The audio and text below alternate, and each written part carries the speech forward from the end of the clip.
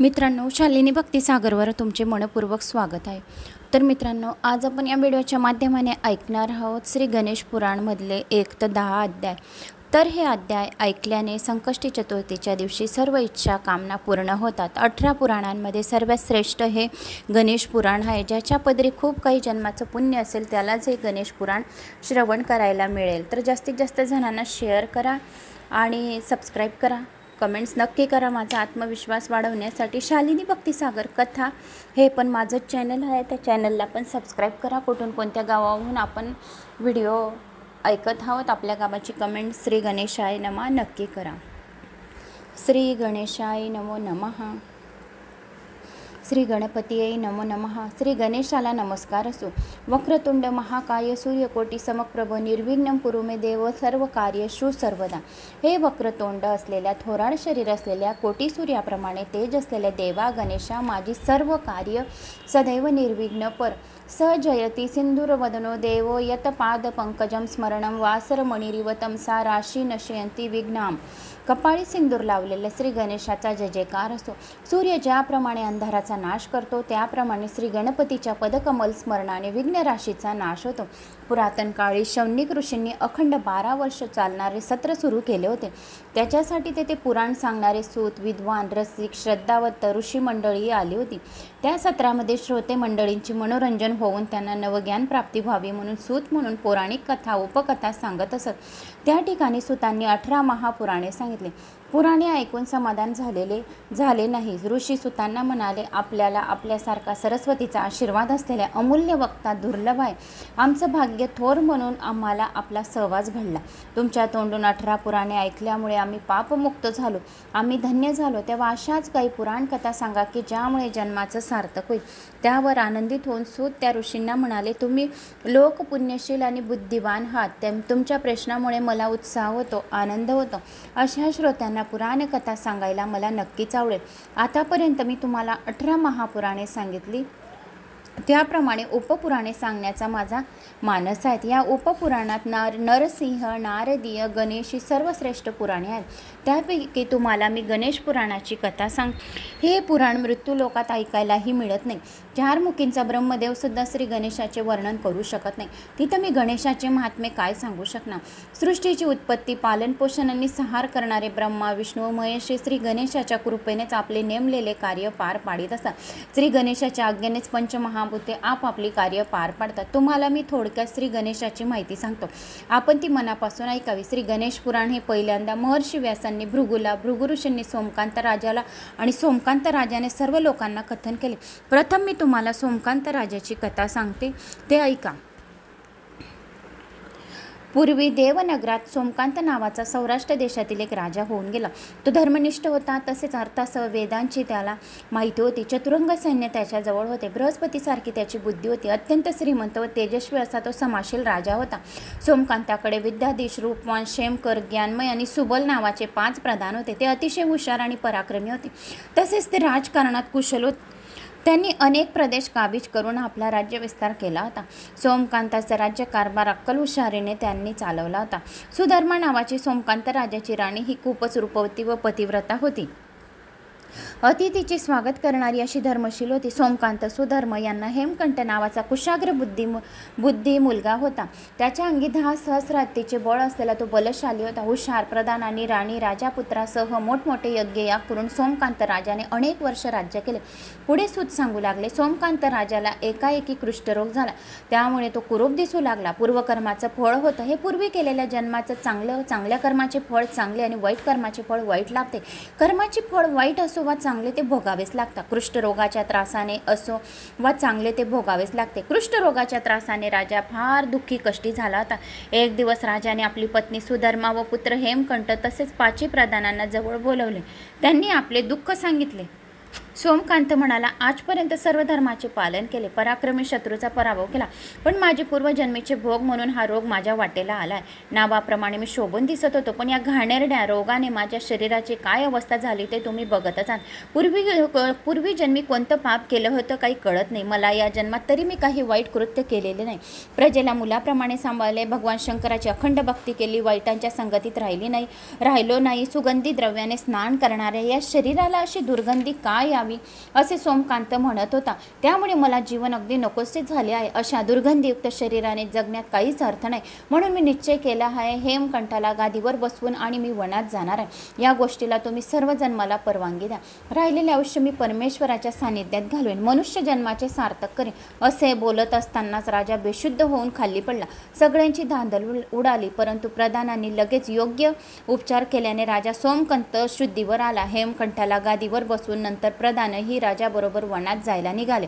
सुधर्मा ही सुद्धा पतीची सेवा करण्यासाठी सोमकांत राजाबरोबर जाण्यास निघाले. तेव्हा हेमकंठ म्हणाला, तुम्ही सर्वजण वनात चाललात, मग मी आई वडिलांशिवाय राज्य करू शकेन का? मलाही सुखात राहायची इच्छा नाही, मीही तुमच्या बरोबर येतो. हे ऐकून सोमकांताला आपल्यावर सर्वांचे किती प्रेम आहे हे जाणून खूप आनंद झाला. सोमकांत म्हणाला, हे बघ हेमकंठा, मुलाचा धर्म आई वडिलांच्या आज्ञेचे पालन करणे हा आहे. म्हणून माझी आज्ञा समजून प्रधानांबरोबर तू राज्य चालव. जो पुत्र वडिलांची आज्ञा पाळतो, गयेला पिंडदान करतो, तोच खरा पुत्र असे शास्त्रात सांगितले. म्हणून मी आणि सुधर्मा आम्ही दोघीच वनात जाणार आहे. अन्य कोणीही आमच्याबरोबर राज्य सोडून येऊ नका. सूत पुढे म्हणाले, सोमकांत, राजाचा ठाम निर्धार पाहून हेमकंठाने त्याची आज्ञा पाळायचे ठरवले. राज्य कसे चालवायचे हे हेमकंठाला राजाने समजावून सांगितले. राजा म्हणाला, पहाटे उठून स्वच्छ ठिकाणी जाऊन आपल्या श्री गुरुचे स्मरण प्रथम करावे. नंतर ईश्वराची पूजा करून आपल्या अपराधाची क्षमा मागावी. त्यासाठी भूमीची प्रार्थना करावी. नंतर श्री गणेशाची स्तुती करून गणेश पंचायतन प्रार्थना करावी.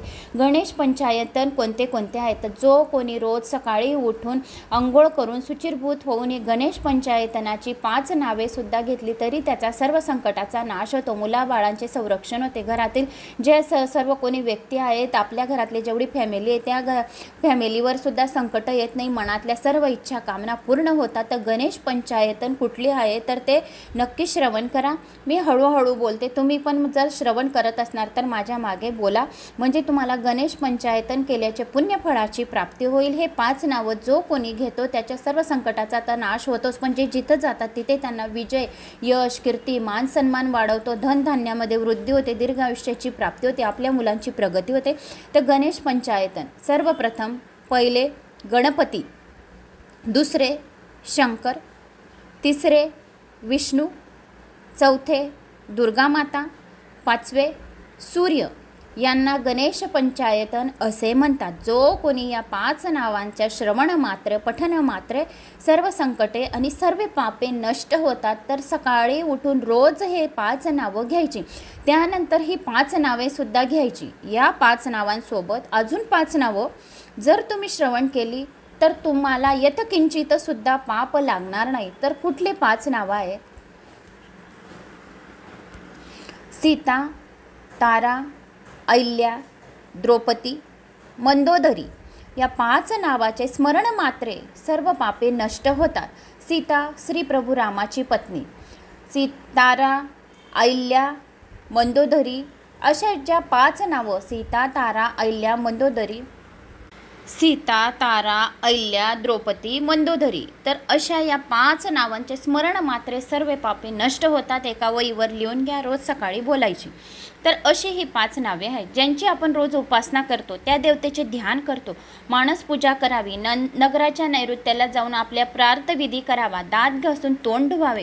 गार पाण्याने स्नान करावे. नंतर वेदपठन, होम, तर्पण, बलिप्रदान आणि अतिथीचा सत्कार करावा. पंचमहायज्ञ करावे. नंतर ब्राह्मणांसह अतिथी भोजन करावे. दुपारी पुराण, इतिहास, शास्त्रे ऐकावी. दुपारी कोणीही निंदा नासलती करू नये. दुपारी झोपू सुद्धा नये. पुराणे चांगले श्रवण करावे. त्याच्याने सुद्धा सर्व पापे नष्ट होतात. दुसऱ्यांची निंदा करणे याने नरक यातना आपल्याला भोगाव्या लागतात. नरकाचे द्वार उघडे राहतात. म्हणून दुसऱ्यांची निंदा करणे, दुसऱ्यांना दोषी ठरवणे, दुसऱ्यांचा आपली गलती नसून दुसऱ्यांची गलती दोषारोपण करणे, त्याला सुद्धा नरक यातना भोगावे लागतात. खूप मोठे पाप लागते. दोषारोपण कधीही करू नये. दुसऱ्याला त्रास न देता परोपकार करावे. स्वतःची स्तुतीही कधी करू नये. तसेच गुरुद्रोह, वेदांची निंदा, अभक्षण, भक्षण, परस्त्री सेवन ही निंद्य कर्मे कधीही करू नये.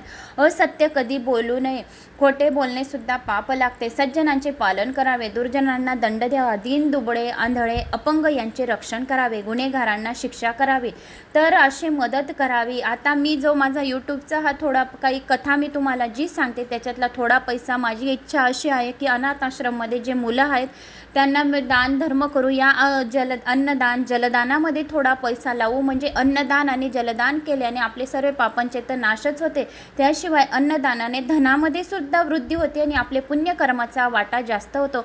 तर या व्हिडिओच्या शेवटीमध्ये मी स्कॅनर लावून देईल. ज्यांना 1 रुपया टाकायचा असेल त्यांनी 1 रुपया त्या अनाथ आश्रमच्या मुलांसाठी तुम्ही देऊ शकतात. नाही तर असं काही नाही, तुम्ही जशी माझी कथा ऐकता, कमेंट्स करतात, जशा खूप गावांच्या तुमच्या लाखो गावांच्या कमेंट्स येतात तशाच कमेंट्स तुम्ही चालू द्या. तर अशा या दुर्जनांना, दीनदुबळ्यांना, आंधळ्यांना, अपंग यांचे रक्षण करावे आणि अन्नदान जलदानामध्ये मदत करावी. जे आपल्याला समजत नसेल ते सुयज्ञांना विचारावे. विश्वास कोणावरही ठेवू नये.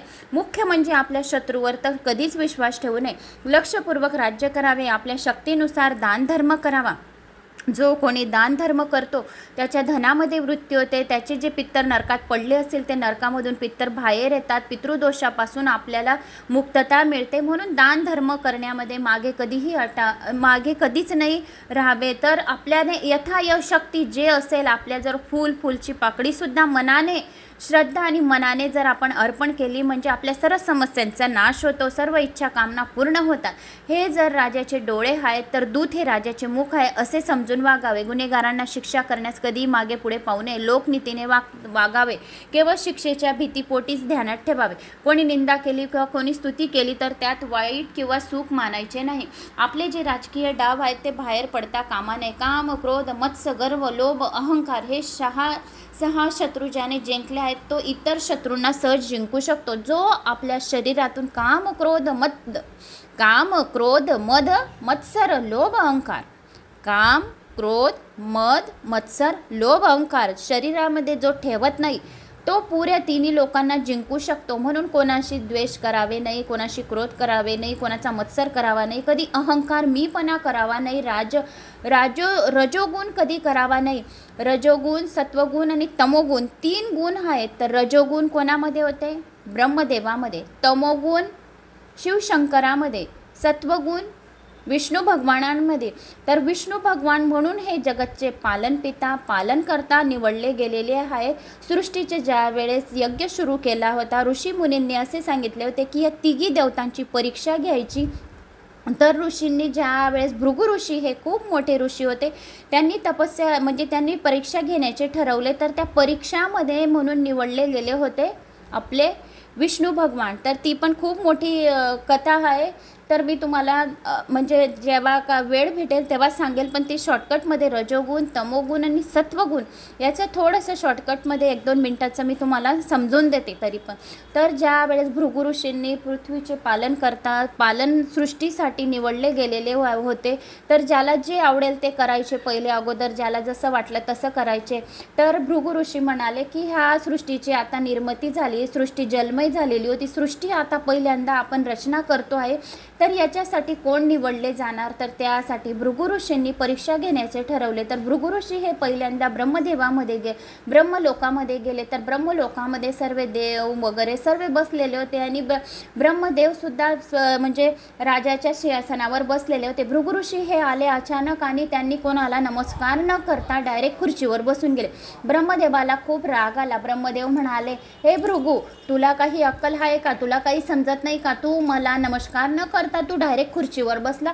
त्यावेळेस भृगु ऋषी म्हणाले, हे ब्रह्मदेवता, मी तर तुझी परीक्षा घ्यायला आलो होतो, कारण की तुझ्यामध्ये कोणते गुण आहे या सृष्टीच्या पालन करता निवडल्या जाणाऱ्यासाठी मी तुझी परीक्षा घ्यायला आलो होतो.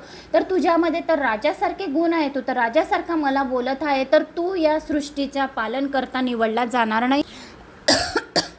तर तू या सृष्टीकरता पालन करता तू निवडला जाणार नाही, कारण की तुझ्यामध्ये रजोगुण आहे आणि या सृष्टीमध्ये या भूलोकावर तुझी कोणी पूजासुद्धा करणार नाही. जो कोणी तुझी पूजा करणार नाही, कारण की या भूलोकामध्ये तुझं एक मंदिरसुद्धा राहणार नाही. म्हणून आज पण या भूलोकावर ब्रह्मदेवाचं मंदिर नाही आहे, कारण त्याच्यामध्ये रजोगुण होता.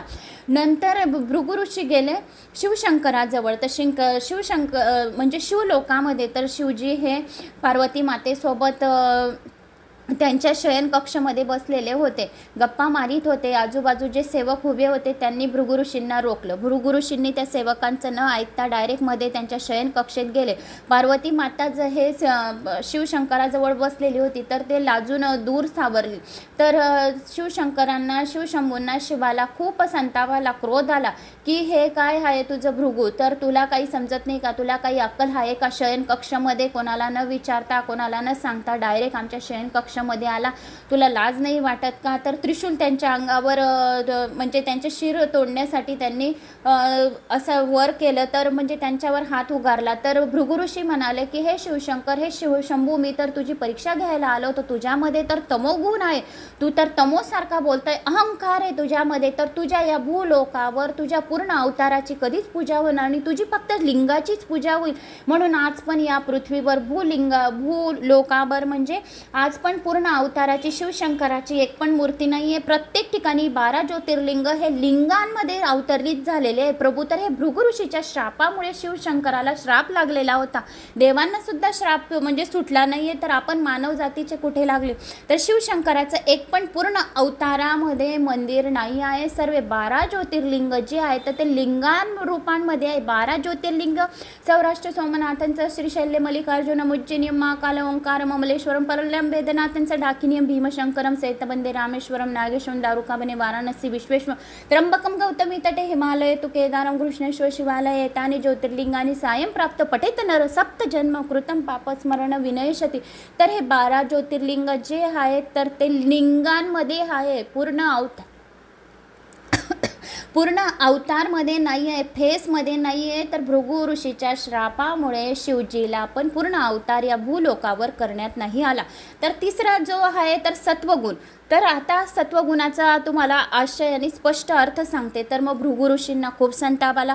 भूलोकावर ब्रह्मलोकात गेले तर ब्रह्मदेवाने माझा अपमान केला, शिवलोकात गेलं तर शिवलोकामध्ये माझा अपमान झाला, तर विष्णू लोकामध्ये वैकुंठ लोकात जाईल तर विष्णू कोणता माझा मान सन्मान करणार आहे, तर तिथं पण माझा अपमानच होईल. त्यांच्या डोक्यामध्ये खूप काही क्रोध भरलेला होता.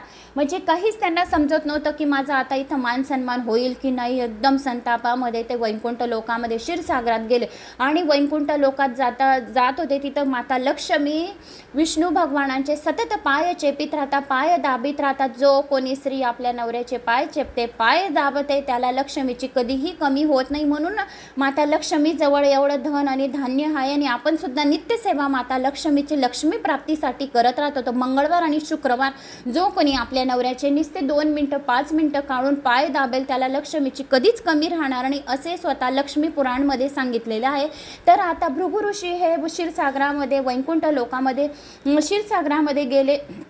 तर माता लक्ष्मी पाय चेपत होती भृगु. तर त्यांचा जो विष्णू भगवानांचा जो अवतार आहे म्हणजे ते मस्त छान असे डोक्याला एक हात लावलेला, लांब पाय घातलेले, माता लक्ष्मी छान त्यांचे पाय चेपित आहे, डोळे त्यांचे अर्धे उघडे अर्धे बंद असे मंद मंद होते, चेहऱ्यावर स्माईल होती. भृगु ऋषींना असं वाटलं की विष्णू माझ्याकडे बघत आहे, अर्धे डोळे उघडे आहेत आणि अर्धे बंद आहेत. त्यांनी आव बघितला नाही, ताव बघितला नाही, सीधा एक त्यांचा जो आहे त्यांची पाय आहे त्यांनी श्री वक्षस्थलावर मारून दिले. त्यातच वक्षस्थलाबरोबर लात मारताच बरोबर विष्णू भगवानांनी त्यांचा जो अंगठ्याचा उजव्या पायाचा जो अंगठा आहे त्यांनी तो ब्रह्मांड जे होतं त्यांच्या पायामध्ये जे अंडकोश होतं त्यांनी ते अंगठा धरून दाबला आणि तो अंड फोडून टाकलं. त्याबरोबर भृगु ऋषी एकदम असे म्हणजे एकदम अवस्थेत की माझ्याने काय झालं असं हे की मी विष्णू भगवानांच्या श्री वक्षस्थळावर लात मारून दिली. तर त्यांना खूप त्यांचे आत्मग्लानी झाली, पछतावा झाला आणि मग विष्णू भगवान म्हणाले की भृगु ऋषी तुम्हाला नमस्कार माझा, तुम्हाला लागलं तर नाही, तुमच्या पायाला वेदना तर नाही झाल्या. हे आश्चर्यचकित शब्द ऐकून भृगु ऋषींजवळ शब्दच नव्हते. ते म्हणाले की तुम्ही कोणत्या कामासाठी माझ्याकडे आल्या. त्या भृगु ऋषी म्हणाले की मी या भूलोकी या म्हणजे सृष्टी पालन करता, कोण आपल्या सृष्टीचं पालन करता, सर्व लोक जी सेवा करतात, आराधना करतात, ज्याला पटलं त्याच्या मनमर्जी काम चालू होतं. तर मला मला असं वाटलं की ब्रह्मा विष्णू आणि महेशमध्ये कोण म्हणजे कोणामध्ये सत्व पालन आहे, कोणामध्ये सृष्टीचे पालन करता निवडले जाणार आहे, त्याच्यासाठी मी तुमची परीक्षा तिघांची घेण्यासाठी आलेलो होतो. तर ब्रह्मलोकामध्ये तर रजोगुण आहे आणि शिवशंकरामध्ये शिवशंभूमध्ये तर तमोगुण आहे. तर आता सत्वगुण कोणामध्ये आहे, तर मी ती परीक्षा घेण्यासाठी आलो होतो. तर मला माफ करा, मी तुमच्या वक्षस्थलावर लाथ मारली, तुम्ही माझ्या पायाचा अंगठा अंगठ्यामध्ये जे ब्रह्मांड होतं, जे ब्रह्मकोश होतं, तुम्ही ते तोडून ते फोडलं आणि माझे डोळे उघडले. त्यासाठी मला क्षमा करा, मी सृष्टीचे पालन करता निवडण्यासाठी आलो होतो. तर तुमच्यामध्ये सत्वगुण आहे, तुम्ही सृष्टीचे पालन करताय.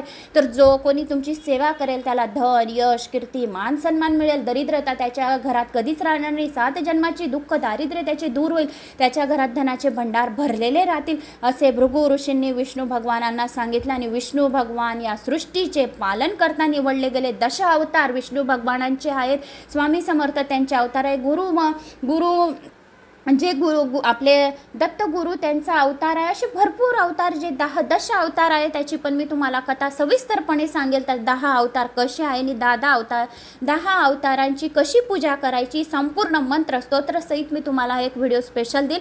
पण आता या गणेश पुराणामध्ये जेव्हा सत्वगुण रजोगुण असे ज्या वेळेस आलं, त्यामुळे काम क्रोध मत्स्य गर्व अहंकार लोभ अहंकार हे 6 शत्रूंवर जर टॉपिक आला, म्हणून तुम्हाला माझा हा टॉपिक थोडा मला सांगावा लागला. कारण की तुम्हाला पण माहिती असायला हवं की गोष्ट काय की सृष्टीचे पालन करता आपण विष्णू भगवानांना निवडले गेले. तर का निवडले गेले त्यामागचा हा उद्देश मी तुम्हाला संपूर्ण या व्हिडिओच्या माध्यमाने सांगितलेला आहे. मला अशी आशा आहे की तुम्हाला हा माझा व्हिडिओ आवडेल आणि आवडल्यास एक लाईक करा, चॅनलला सबस्क्राईब करा, कमेंट्स करायला विसरू नका. तर असे सृष्टीच्या पालन करता विष्णू भगवानांना निवडले गेलेले आहेत, म्हणून त्यांच्यामध्ये सत्वगुण आहे. पण हे निवडले तर गेले पालन करता, पण माता लक्ष्मीला खूप क्रोध आला, इतका क्रोध आला की त्यांनी भृगु ऋषीला श्राप दिला. तर त्यांनी भृगु ऋषीला का श्राप दिला की ज्या वक्षस्थलावर जिथे माझे विष्णू भगवानांच्या हृदयामध्ये माझे लक्ष्मी पदकमल स्थापित राहतात, हमेशा विराजमान राहतात. आज पण तिरुपती बालाजीमध्ये श्री वक्षस्थल जे चिन्ह आहे माता लक्ष्मीची हृदय लक्ष्मी चंदनाची, आज पण तिला धनत्रयोदशीचे एकादशीच्या दिवशी रमा एकादशी येते, तर तिरुपती बालाजीमध्ये तिकडे जातात दर्शनाला आणि घरी धनत्रयोदशी साठी ती हृदय लक्ष्मी चंदनाची घरी येऊन तिची लक्ष्मी पूजनाच्या दिवशी तिची पूजा करतात आणि ती लक्ष्मीचे पावले आपल्या लॉकरमध्ये ठेवतात की आपल्या लॉकरमध्ये धनधान्याचा साठा भरलेला असो. त्याची पण मी तुम्हाला कथा सांगेल एका दिवशी. तर अशा ज्या मेन कथा आहेत त्या नक्की सांगेल तुम्हाला.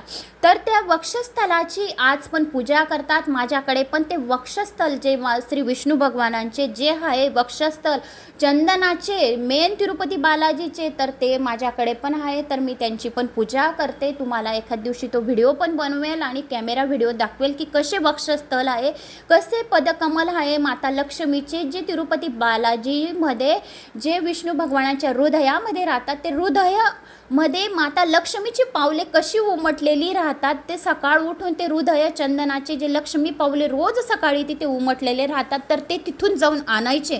ते केव्हा आणायचे? रमा एकादशीच्या दिवशी आपल्याला घरून या तिथं दर्शन घेऊन ते 5 दिवस जे राहतात ते 5 दिवसात आपल्याला आणायची राहते.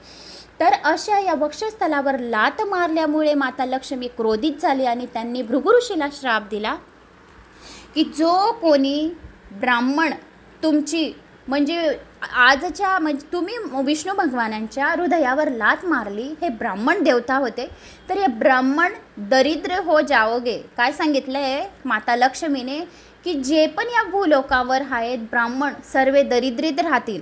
आणि सर्व कथांमध्ये काही पण कथा निघाली, कुठलीही कथा तुम्ही बघून घ्या, एक ब्राह्मण होता, असं होता, तो खूप दारिद्र्य होता, असंच नेहमी येतं. तुम्ही पण ऐकलं असेल खूप कथांमध्ये. तर माता लक्ष्मीने श्राप दिलेला आहे ब्राह्मणांना की ते दरिद्री हो जाओगे. का की त्यांच्या वक्षस्थलावर विष्णू भगवानांच्या लात मारली आहे. तर या श्रापेमुळे ब्राह्मण आज पण दरिद्रता आहे, दरिद्री राहतील आणि विद्या बेचतील तेव्हाच त्यांना धन देतील. तर ते कथा करतात, कुठं मंत्रस्तोत्र करतात, कुठं कोणाची पूजा राहिली, कुठं पूजा पाठ करतात. तर आपण जी दक्षिणा देतो तर त्यांची ती कमाई, त्यांचं जे कमाईचं साधन आहे, त्यांचं जे पोट भरण्याचं साधन आहे, जे शिदाट आपण देतो, त्यांचे जे पोट भरण्याचे साधन आहे तर ते हे ब्राह्मण दक्षिणा आपण देतो आणि ते त्याचे निदर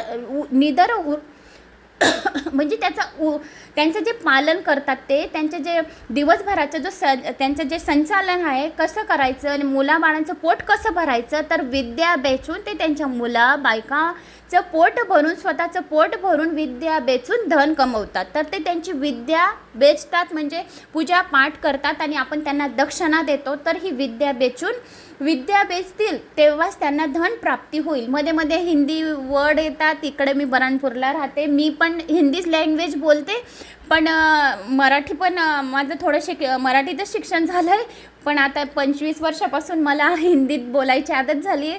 तर हिंदी वर्ड येतात, तुम्ही थोडं समजून घ्यायचं. तर विद्या विकतील आणि तरच त्यांना धन प्राप्ती होईल. आता माता लक्ष्मीने असं सांगितलेलं आहे. म्हणून या भूलोकावर ब्राह्मणांची अशी परिस्थिती आहे. तर ह्या 3 रजोगुण, तमोगुण आणि सत्वगुण अशा 3 जणांची परीक्षा घेण्यात आली. त्याच्या सृष्टीचे पालन करता विष्णू भगवान निवडले गेलेले आहे. म्हणून काम, क्रोध, मद, मत्सर, लोभ, अहंकार हे 6 शत्रू आपल्या शरीरामध्ये नको. तर जो कोणी आपल्या शरीरात हे 6 शत्रू ठेवतात तो खूप दारिद्र्य राहतो. त्याच्या घरात कधी धन म्हणजे राहतच नाही. म्हणून आपल्या शरीरातून कोणी आपल्याशी कसं पण वागो, तो त्याचं कर्म करतो. कर्म कधी पिछा सोडत नाही. एक लक्षात ठेवावं, कर्म कधी पिछा सोडत नाही. तर कर्म हे बरोबर आपण तू शब्द पण बोलला ना तो आपल्या पदरी रिटर्न वापस येतो. म्हणून कोणाला तू शब्द, कधी कोणाला दोषारोपण, कधी कोणाची चुगली, कधीच काही मत्सर कधी करायचा नाही. कोणाचं समोरच्याचं खूप काही मोल आहे, खूप काही त्याच्याजवळ पैसा आहे, तो लोभ कधी करावा नाही. आपल्या कष्टाचा 1 रुपया जो राहतो, आपण जे कष्ट करतो, जो आपल्या 1 रुपया आहे ती खूप मोठ्या 1 रुपयात आपण खूप काही जणांना आपण दानधर्म करू शकतो. आपल्याला एवढं कॉन्फिडन्स पाहिजे. म्हणून काम, क्रोध, मद, मत्सर, लोभ, अहंकार 6 शत्रू, राजकीय डाव जे सांगितले आहे. आता गणेश पुराणामध्ये एवढे टॉपिक निघाले, खूप काही टॉपिक निघतात. तर त्याच्यावर मला असं वाटतं की खूप काही कथा तुम्हाला सांगाव्या, पण वेळ कमी असल्यामुळे माझ्याजवळ पण घरात जॉईंट फॅमिली आहे. माझी मुलगी डेंटिस्ट डॉक्टर आहे, आता MDSची एक्झाम देत आहे. मुलगा B फार्मसीचं करत आहे. सासू सासरे, दिराणी, तिचे 2 मुलं, 10 जणांची फॅमिली असून एवढा मी म्हणजे मला 2-3 वाजतात घरातले सर्व काम करून, रात्रीचे 1 वाजतात, सकाळी पगेच 5 वाजता उठून तुमच्यापर्यंत व्हिडिओ पोहोचवण्याचं माझं कार्य चालू राहतं. जेवढं माझ्याने होतं तेवढ्या कथा मी तुमच्यापर्यंत पोहोचवण्याचा प्रयत्न करते. खूप काही कथांचा भंडार आहे माझ्याजवळ, पण वेळ मला भगवंत एवढा वेळ दे की समय माझा संपेच ना. मला खूप टाईम राहून तुमच्यापर्यंत कथा पोहोचव. मी हे देवाला, श्री गणेशाला प्रार्थना करते. तर वेळ जर भेटला तर खूप कथांचे भंडार मी तुम्हाला सांगेल. म्हणून माता लक्ष्मी वैकुंठ लोक सोडून भूलोकावर कोल्हापुरम महालक्ष्मी येथे निवास करत आहे. तर या भृगु ऋषीच्या कारणाने दोघं अलग झालेली आहेत आणि दुसरं लग्न विष्णू भगवानांना करावं लागलं होतं. त्या अवतारामध्ये, त्रेतायुग अवतारामध्ये, तर विष्णू भगवानांनी म्हणजे 2 लग्न म्हणून पद्मावती माताशी त्यांनी लग्न केलेले होते. तर ती खूप मोठी कथा आहे, तर मी तुम्हाला नक्की सांगेल. तर म्हणून महालक्ष्मी माता कोल्हापूरमध्ये आज पण निवास तिथंच आहे. कोल्हापुरम चालल्या गेल्या वैकुंठ लोक सोडून. तर तिथं इतकं तांडव सुरू झालं, जिथे महालक्ष्मी नाही तिथे दरिद्रता येऊन गेली जिथे. तर असं होऊन गेलं अगदी वैकुंठ लोक की दरिद्रताचा वास होऊन गेला. खूप भांडणं चालू झाली, कोणी कोणाचं ऐकत नव्हतं. म्हणून या ब्राह्मणामुळे, भृगु ऋषींमुळे माता लक्ष्मी विष्णू भगवानांना सोडून गेलेली होती. तर आज पण तिथे भूलोकावर महालक्ष्मी कोल्हापुरममध्ये वास करते आणि सृष्टीचे पालन करता विष्णू भगवानांना निवडलं गेलेलं आहे. तर अशी ही कथा छोटीशी नाही, थोडी जास्तच मोठी झाली, त्यामुळे सॉरी हां. तर मोठी झाली तर माफ करावे. तर टॉपिक निघाला म्हणून मला बोलावं लागलं हे गणेश पुराणाचे अध्याय सोडून. तर असे खूप छान गोष्टी आहेत की तुम्हाला पण खूप आवडतील काही विषयांवर. जर टाईम वेळ भेटला तर मी नक्की सांगत जाईल तुमच्यापर्यंत. तर हे काम, क्रोध, मद, मत्सर, लोभ, अहंकार हे 6 शत्रू ज्याने जिंकले आहेत तो इतर शत्रूंना सहज जिंकू शकतो. लोकांचे पोटपाणी ज्याच्यावर आहे त्याचा विनाश कधी करू नये. मंदिरे, उपवने किंवा चैत्य यासाठी नेमून दिलेल्या जागा पुन्हा घेऊ नये. गुप्त गोष्ट कधीही स्त्रियांना सांगू नये. गुप्त गोष्ट का स्त्रियांना सांगू नये याच्यावर पण एक कथा आहे, तर ती पण मी नक्की तुमच्यापर्यंत पोचवेल. आपले सेवक नेहमी आपल्यावर खुश असतील असे आपण वर्तन करावे. अशा प्रकारे आपल्या मुलांना हेमकंठाले सोमकांत राजाने उपदेश केला. 3 प्रधानांना म्हणजे विद्याधीश, रूपवान, शेमकर यांना बोलवून राज्याभिषेकाची तयारी करायला सांगितले. ब्राह्मण, नातेवाईक मंडळी, प्रतिष्ठित नागरिक वगैरे लोकांना आमंत्रण दिले. सर्वप्रथम श्री गणेशाची पूजा केली. नंतर सोमकांताने हेमकंठाला शास्त्राप्रमाणे राज्याभिषेक केला. राज्याभिषेक झाल्यानंतर प्रधानांना मुळाची काळजी घेण्यास सांगितले. योग्य प्रकारे राज्यकारभार करायला सांगितले. पुढे सूत म्हणाले, राज्याभिषेकाचा कार्यक्रम पार पडला. ते झाल्यावर सोमकांताने यथाविधी पूजन केले आणि दानधर्मही केला. हत्ती, घोडे, गायी, जरीची वस्त्रे वगैरे देऊन आपल्या दरबारातील सरदारांचा आणि गुणी कलावंतांचा सत्कार केला. प्रधानांना अनेक गावाची जहागिरी दिली. सोमकांत वनात जाण्याचा दिवस उजळला. पूर्वजन्माच्या भोगाने दुःखी कष्टी झालेला सोमकांत जंगलात जायला निघालेला पाहता जनतेला खूप दुःख झाले. जो तो आपापले उद्योगधंदे जागेवर ठेवून विरह आणि राजामागे जायला तयार झाले. हेमकंठाचे डोळे भरून आले. मात्यापितांचे विरह त्यालाही सैन होईना. सर्वांबरोबर तोही चालू लागला. सोमकांत पत्नीसह सर्वांबरोबर जवळजवळ 4 कोस लांब आला. एका तलावाकाठी उभा राहून सर्व जनतेला तो म्हणाला, प्रजाजनो, मला माफ करा. माझ्या प्रिय हेमकंठावर तुम्ही मुलाप्रमाणे प्रेम करावे अशी माझी तुम्हा सर्वांना कळकळीची विनंती आहे. माझी आठवण ठेवा. आता तुम्ही सर्वजण माघारी जा. माझा पुत्र तुमच्याशी न्यायाने मागेल. हेमकंठापासून तुम्हाला कसलाही त्रास होणार नाही. आता तुम्ही परत जा, म्हणजे मला खरे समाधान मिळेल. त्यावर प्रजातील एक मनुष्य म्हणाला, महाराज, ज्याप्रमाणे पाणी आपली शीतलता, अग्नी उष्णता, सूर्य आपले तेज सोडत नाही, त्याप्रमाणे आम्हीही तुम्हाला सोडणार नाही. चंद्राशिवाय काय आकाशाला शोभा आहे? मग तुमच्याशिवाय या राज्यालाही शोभा नाही. आपण सर्वजण तीर्थस्थळी जाऊ. या भारतात अनेक ठिकाणी तीर्थस्थळे आहेत. त्यापैकी कोणत्या तरी एका पवित्र तीर्थी जाऊन तीर्थस्नान केले की तुमची कांती पूर्वीप्रमाणेच परत येईल. मग आपण पुन्हा सर्वजण नगरात येऊ. सर्वांचे सोमकांत राजाने हे सर्व ऐकून घेतले आणि सर्वांना राजधानीस परत जायची आग्रहाची विनंती केली.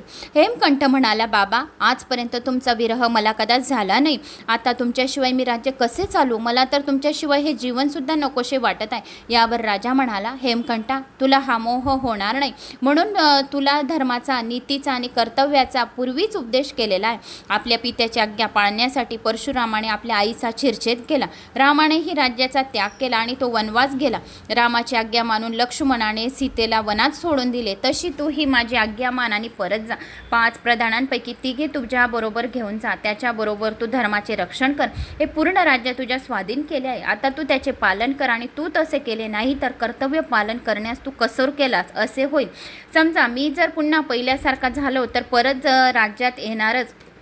सोमकांताचे असे निश्चयात्मक बोलणे ऐकून हेमकंठ प्रधान हे सर्व जनता नगरीकडे जायला निघाले. जाताना सोमकांताने हेमकंठाला अनेक आशीर्वाद दिले. हेमकंठानेही आपल्या सेनेसह सोमकांताला एक प्रदक्षिणा घातली व तो राजाकडे निघाला.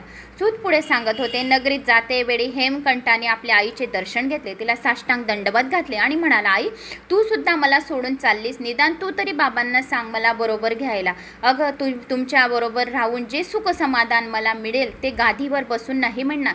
मुलाचे बोलणे ऐकून सुधर्मा म्हणाली, हेमकंठा, तू उगीचच आग्रह करू नकोस. महाराजांना कितीही दुःख विरह होऊ दे, ते त्यांच्या निश्चयापासून अजिबात ढळणार नाही.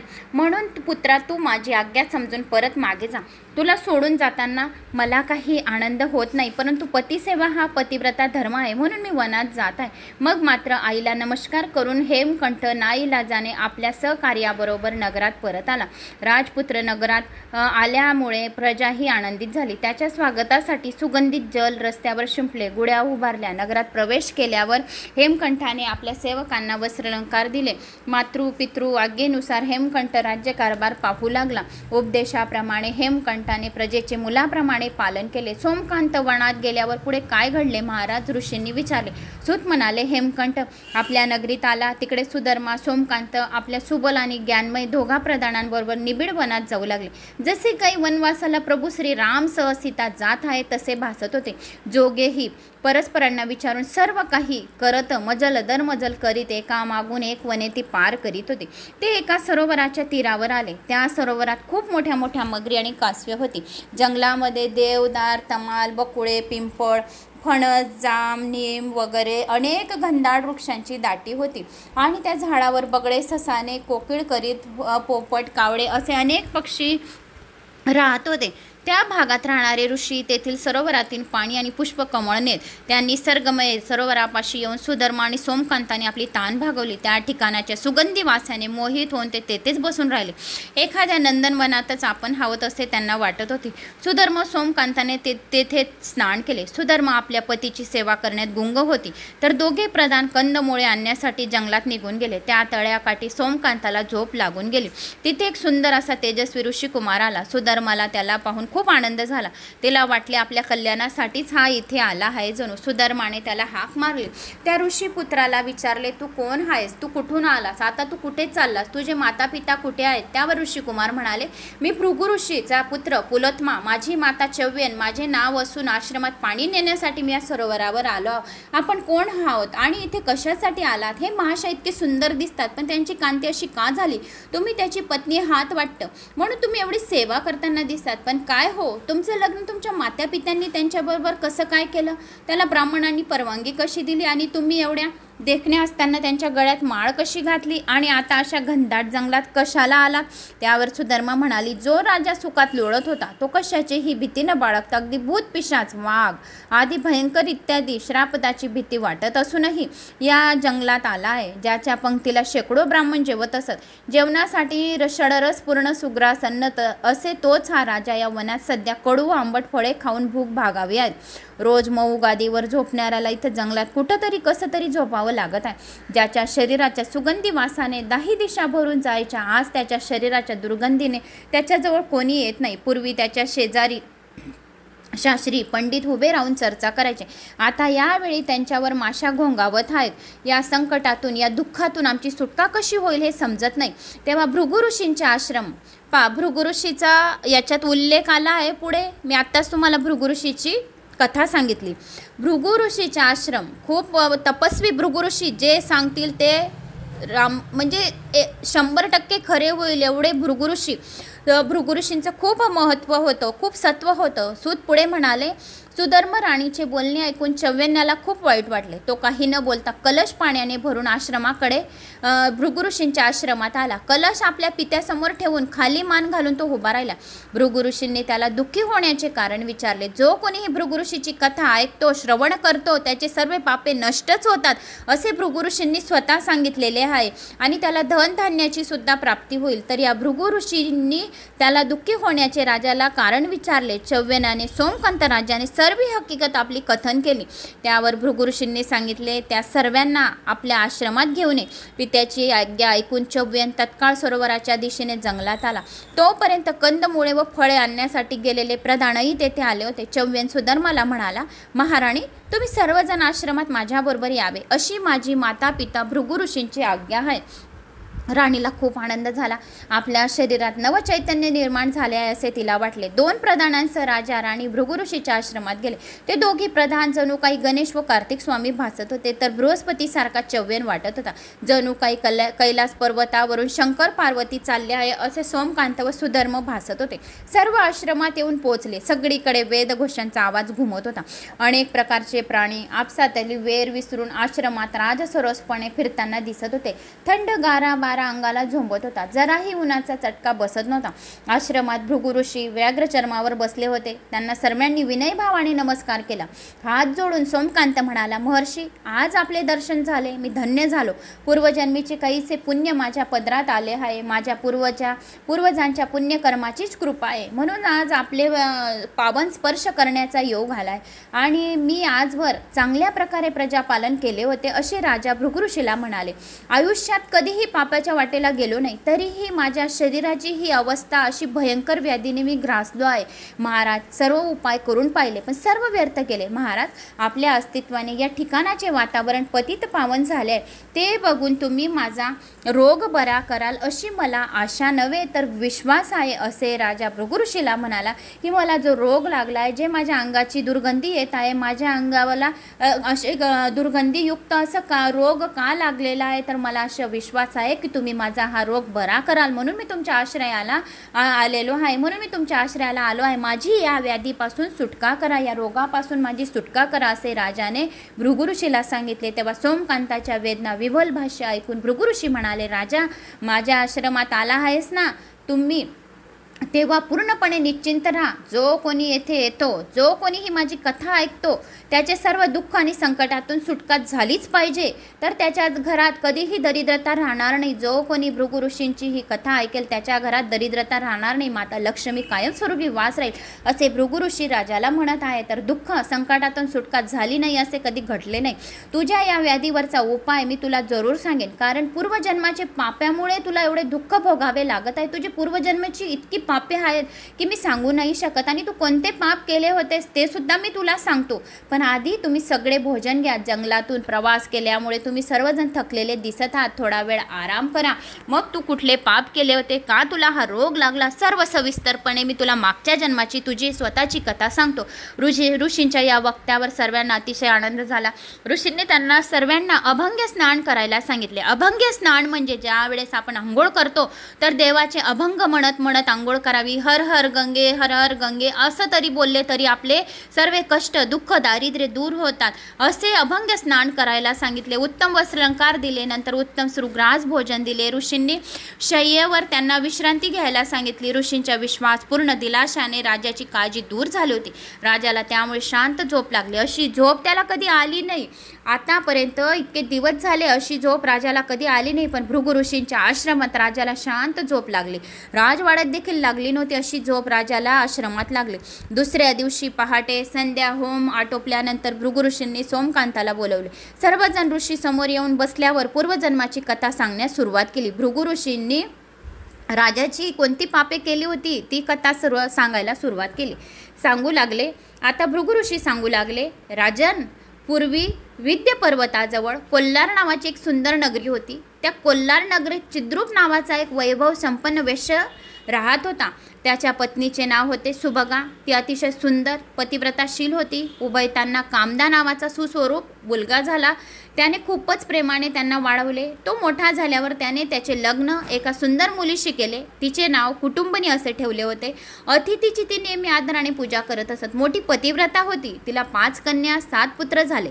काही काळानंतर चिद्रूप वेश्य मरण पावला. त्याच्या मागे त्याची पत्नी सुभगा सती गेली.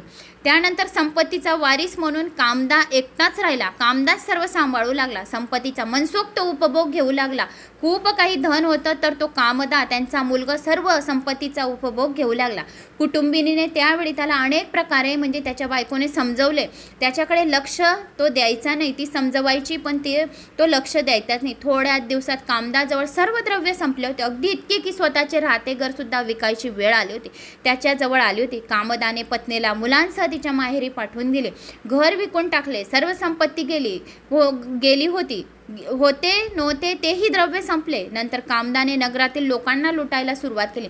अनेक प्रकारची कपट कारणाने करू लागले. चौर्य कर्म, धूतकर्म, जार कर्म करायला लागला. लोकांना त्रास देऊ लागला आणि वाटेल ते करू लागला. वडिलांच्या काळातील कोणी कर्ज घेतले आहेत त्यांना खोटी कागदपत्रे देणे, खोटे बोलणे, गोरगरीब बापड्यास लुबाडणे, कर्ज काढून बुडवणे असा उद्योग कामदा करू लागला. नगरातील लोकांना त्याच्या त्रासाबद्दल सांगितल्यामुळे राजाने त्याला नगराबाहेर हाकलून दिले. नंतर तो जंगलात राहून वाटमारी करू लागला. गरिबांचे प्राण घेणे, आपल्यापेक्षा ताकदवार असेल तर पळून जाणे अशा प्रकारे लुटू लागला. पशुपक्ष्यांना उगीचच त्रास देणे, त्याची हत्या करून उदरनिर्वाह करू लागला. लूटमारी करून कामदाने खूप संपत्ती जमवली होती. अनेक चोर आपल्या हाताखाली कामाला ठेवले. त्याच जंगलात त्याच्या आपल्या मुलाबाळांसह राहू लागला, अगदी एखाद्या राजाप्रमाणे. असेच दिवस जात होते. कामदा लुटालूट करून सर्व जमवलेल्या संपत्तीवर होती. सुखी जीवन जगत होता. एक दिवस अचानक एका हुशार ब्राह्मणीशी त्याची गाठ पडली. त्याने गरीब ब्राह्मणाला उभे केले. गुणवर्धन असे नाव होते. ब्राह्मणाचे हा आपले प्राण घेईल असे ब्राह्मणाला वाटले. तो खूप घाबरून गेला, भीतीने थरथर कापू लागला. गुणवर्धन ब्राह्मण म्हणाला, हे बघ, तू तर खूप धनवान आहेस, त्यासाठी तू माझी हत्या का करतोस? मी काय तुझा गुन्हा केला आहेस? माझ्या घरी माझी दुसरी पत्नी, पहिलीचे निधन झाले, मी दुसरा विवाह केला, माझ्या मृत्यूमुळे तिला किती दुःख यातना सहन कराव्या लागतील. आम्हाला दोघां वाचून जीवन जगणे कठीण होईल. तू मला सोडून दे, जीवदान दे. जो जीवदान देतो तो पित्याप्रमाणे असतो. मी ब्राह्मण असून तुला शरण आलोय. शरण येणाऱ्याचे रक्षण करणे यासारखे दुसरा धर्म नाही. जर तू माझा घात करशील तर तुला अनेक वर्ष नरकात खितपत पडावं लागेल. याचं तू आताच भान ठेव. अन्याय करून तू धन जमवलंस, या पापाचं प्रायश्चित तुला नक्की मिळेल. आता ते प्रायश्चित मात्र तुला एकट्याला भोगावं लागेल. त्यात कोणीही वाटेकरी होणार नाही, हे ध्यानात घे. पूर्वजन्माचा सोमकांताला शासकात काल. तो ब्राह्मण गयावया करू लागला, पण कामदाला त्याची दया आली नाही, कारण प्राण घेणे त्याचे रोजचे कर्म झाले होते. त्यावेळी त्याचे मन निष्ठुर झाले. कामदा म्हणाला, मूर्ख ब्राह्मणा, तुझी विद्वत्ता माझ्या काय कामाची? मला आणि गाढवाला उपदेश करणे सारखे. अरे, फुटलेल्या घागरीत कितीही पाणी भरले तरी त्यात काही राहणार नाही. राहणार आहे का? फुटलेल्या घागरीत जर पाणी भरलं तर राहणार आहे? तसं तू मला उपदेश करत आहे, असे कामदा त्या ब्राह्मणाला म्हणाला. ज्याप्रमाणे मद्यप्राशन केलेल्या माणसाला उपदेश केलेला चालत नाही, तसा मलाही उपदेश केलेला आवडत नाही. त्याप्रमाणे मलाही तू तत्वज्ञान देऊ नकोस. धनसंपत्तीचा साठा करायचा आहे ज्याला, त्याला दयामाया धरून काही उपयोग नाही. मला एक सांग, कावड्याकडे पवित्र, जुगारी माणसाकडे खरेपणा, भित्र्या माणसाजवळ धैर्य, सापाजवळ कधी क्षमा तुला दिसली आहे का? इतके दिवस तुझ्यासारखी शिकार मला मिळाली नाही. आता तू काही माझ्या हातून सुटणार नाही. असे बोलून त्या कठोर हृदयाच्या कामदाने त्या ब्राह्मणाचा तलवारीने छिरछेद केला. अशा हजारो ब्राह्मणाची हत्या केली. एक उदाहरण म्हणून मी त्याची कथा सांगितली. अशी वाईट कृत्य करता करता कामदाला म्हातारपण आले. म्हातारपणामुळे त्याचे शरीर थकले, दृष्टीहीन झाली, सौंदर्य नाहीसे झाले, झोप नाहीशी झाली. नोकर चाकर, मुले बायको सर्व त्याचा अनादर करू लागले. तेव्हा त्याला एक ब्राह्मण मित्राची आठवण आली. त्याने त्याला बोलवले. त्याला सांगून आणखी इतर ब्राह्मणांना बोलवले. कामदाच्या भीतीने त्या ब्राह्मणाच्या सांगण्यावरून इतर ब्राह्मण कामदाच्या घरी आले. ब्राह्मणांना दान द्यावे अशी त्याची इच्छा झाली. कामदाच्या मनात आली की आपण ब्राह्मणाला काही दान करावे, पण त्या ब्राह्मणांनी सांगितले की तुझ्यासारख्या पापी माणसाकडून आम्ही दान स्वीकार नाही. तुझ्याकडे दानच काय, पण तुझ्याशी बोलणे ते सुद्धा आम्हाला पाप लागेल. असे म्हणून सर्व ब्राह्मण निघून गेले आणि घरी जाऊन सचल स्नान करून पापमुक्तीसाठी पवमान सुक्ताचा जप करू लागलं. जो कोणी पवमान सुक्ताचा जप करतो त्याचे सर्व पापांपासून मुक्ती मिळते, असे सांगितले आहे. या घडलेल्या घटनामुळे कामदाचे डोळे उघडले. आपण खूप वाईट आहोत असे त्याला जाणीव झाली. त्याच्या कृत्याचा त्याला पश्चाताप झाला. आपण काहीतरी पुण्यकर्म केले पाहिजे असे त्याला वाटू लागले. ओळखीच्या ब्राह्मणाची त्याने मदत घेतली. त्या जंगलात एक गणेशाचं जुनाट मंदिर होतं. त्या मंदिराचा जीर्णोद्धार करावा असे त्याला वाटले. त्याप्रमाणे कामदाने त्या मंदिराचा जीर्णोद्धार केला. पूर्वीच्या लहानशा जागी असलेल्या मंदिराचे त्याने मोठे प्रशस्त देवालय केले.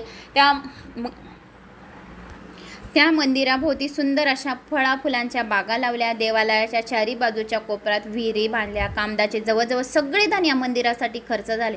उरलेले धन त्याने त्याच्या नातेवाईकांना घेतले. नंतर काही दिवसांनी कामदा मरण पावला. मेल्यानंतर पहिल्यांदा त्याला यमदूताने चाबुकाने मारले. त्याच्या सगळ्या अंगाला काटे टोचले, दगडाने टेचून काढले. भयंकर अशा नरक यातना त्याला घोळवून दिल्या. चित्रगुप्त आणि यमाकडे पाठवले. तुला आधी पुण्य भोगायचे आहे की पाप भोगायचे आहे असे यमाने विचारल्यावर कामदा म्हणाला, पुण्य भोगायचे आहे. मग यमाने त्याला राजाच्या पोटी जन्माला घातले. सौराष्ट्र देशातील राजाच्या पोटी जन्माला आलेला पूर्वजन्माचा महापापी कामदा आता तूच आहे.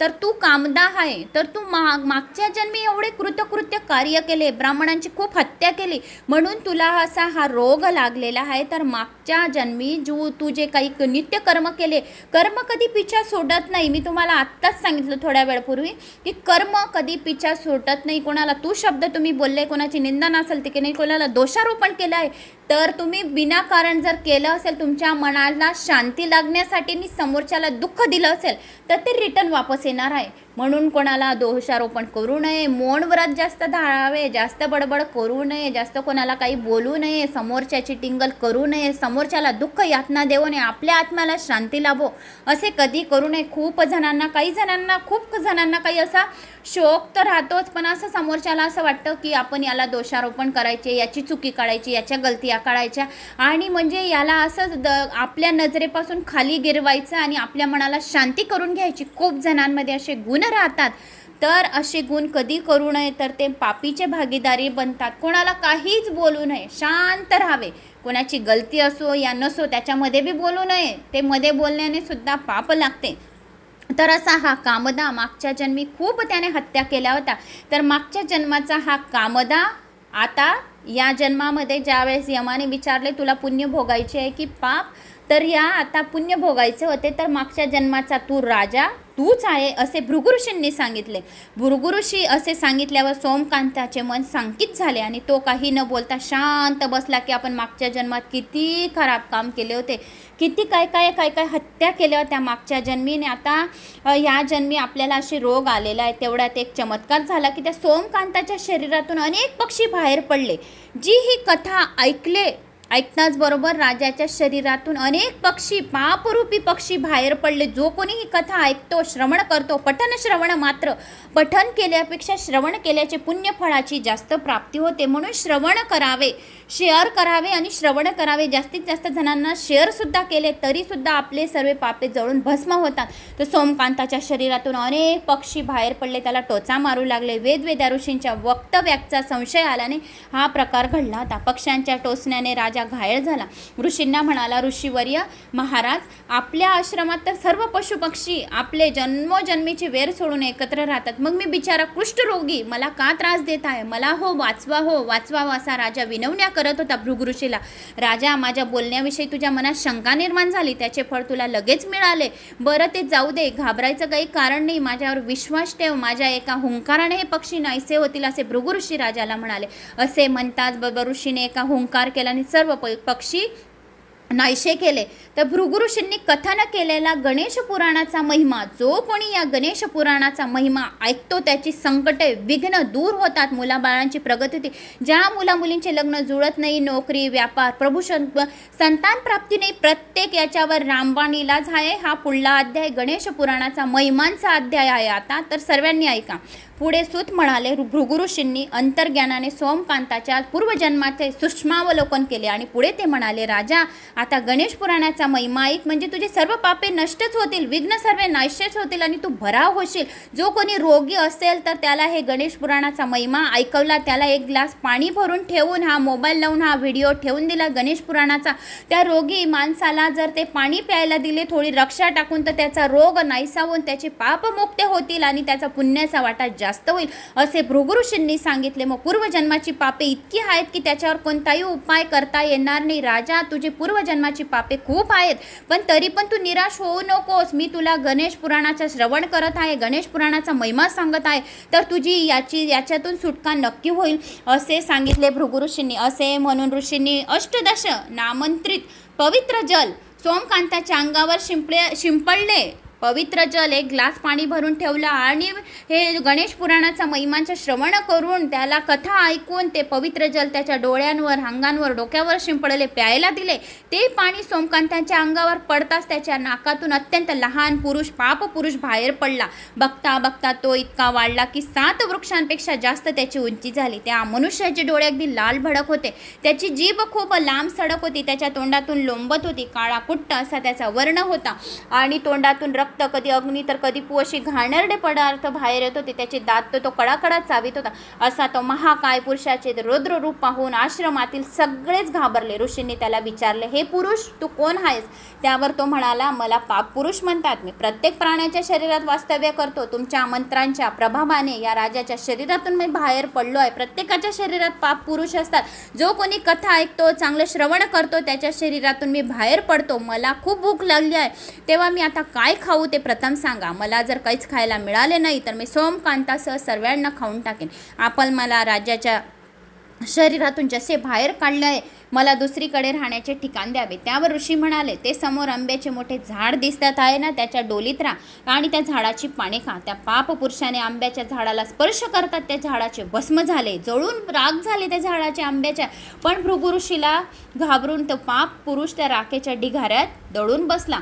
हे पाहून भृगु ऋषी म्हणाले, राजा, तुझ्या हातून इतकी महाभयंकर पापे झालीत, महाभयंकर पापे झाली आहे की ते आंब्याच्या झाडाला त्या पापपुरुषाने नुसता स्पर्श केला तरी राख झाली. तर तू गणेश पुराणाचे श्रवण कर, त्या पुण्याईने त्या आंब्याचे झाड पुन्हा पूर्ववत वापस येईल. जो गणेश पुराणाचे श्रवण करतो तो पापमुक्त होतो, सर्व इच्छा कामना पूर्ण होतात, त्यांच्या मुलाबाळांची प्रगती होते, असे भृगु ऋषींनी सांगितले. राजा म्हणाला, ऋषीवर्य, श्री गणेश पुराणाचे कधी मी वाचन केले नाही. हे गणेश पुराण कसे आहे मला कधी माहिती नाही. हे गणेश पुराण ऐकवणारा मला कोणी मिळेल का? गणेश पुराण मला कोणी वाचून दाखवेल का? चांगल्या पद्धतीने मला समजवेल का? असे राजा त्या ऋषीला म्हणाले. मग ऐक, एकदा ब्रह्मदेवाने हे पुराण व्यासांना सांगितले होते. ते गणेश पुराण व्यासांनी मला सांगितले. तुझी जर इच्छा असेल तर मी तुला सांगतो, पण प्रथम तू त्या सरोवरावर जाऊन स्वच्छ आंघोळ करून ये, शुद्ध मनाने माझ्याकडे ये. त्यावर लगेच सोमकांताने त्या सरोवरावर जाऊन आंघोळ केली. आजपासून गणेश पुराण ऐकणार अशी मनाशी ठरवला. असा संकल्प करताच राजाचा रोग लगेच बरा झाला. भृगु ऋषीच्या कृपेने त्याच्या शरीराची सर्व शते पूर्णपणे बरी झाली. शरीरातील सर्व कृमी नाहीशी झाली. त्यामुळे सोमकांताला खूप आनंद झाला. ऋषींनी त्याला आश्रमात बोलवले, तेथे त्याला बसायला आसन दिले. सोमकांताला दिव्य शरीर प्राप्त झाले होते.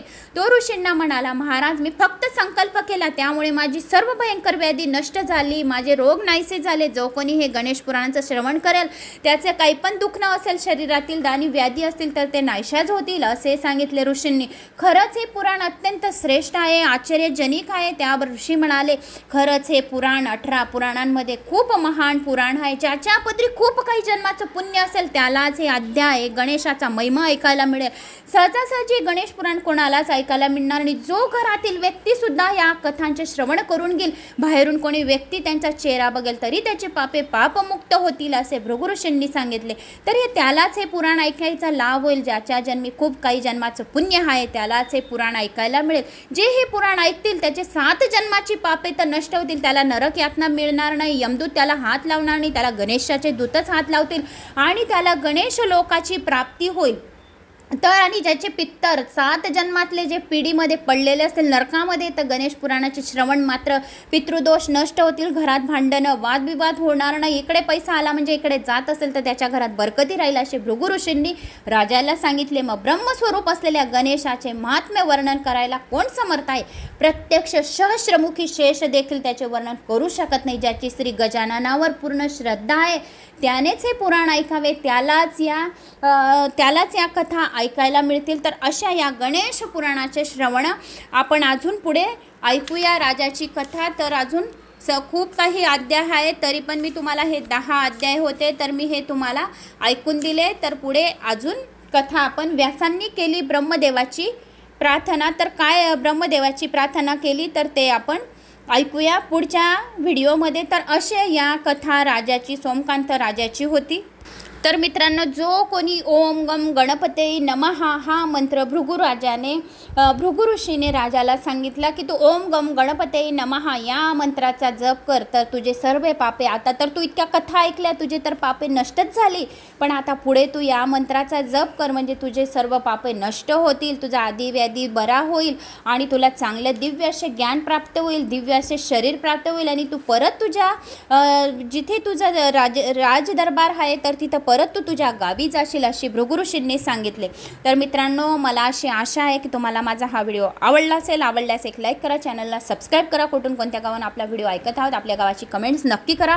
इकडे मी स्कॅनर देऊन देईल, ज्याला 1 रुपया टाकायचा असेल अन्नदानासाठी तर 1 रुपया ते अनाथ आश्रमसाठी टाकू शकता, नाहीतर कमेंट्स नक्की करा. अशाच कथा करत राहा आणि माझा आत्मविश्वास वाढवत राहा. जय श्री गणेशा. शालिनी भक्ती सागर कथा हे पण माझंच चॅनल आहे, त्या चॅनलला बी सबस्क्राईब करा. जय श्री महाकाल, जय श्री गणेश.